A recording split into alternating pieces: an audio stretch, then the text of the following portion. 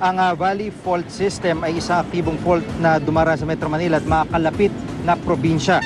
Bahagi nito ang East Valley Fault na may habang 10 kilometro at dumaraan sa Rodriguez at San Mateo Rizal.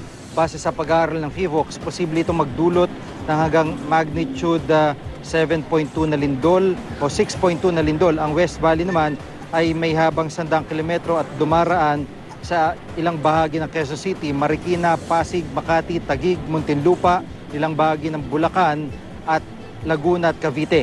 Posible naman itong magdulot ng magnitude 7.2 na lindol.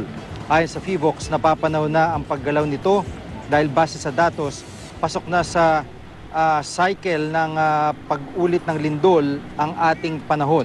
Ayon sa PHIVOLCS at DOST, mayroong hindi bababa sa 5 metro na zone of avoidance mula sa mga active fault.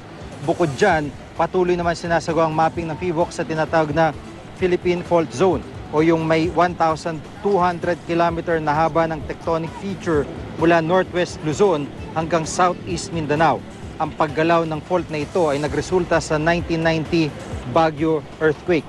Sa ngayon, nasa 70% pa lang ng mapping ang nakukumpleto.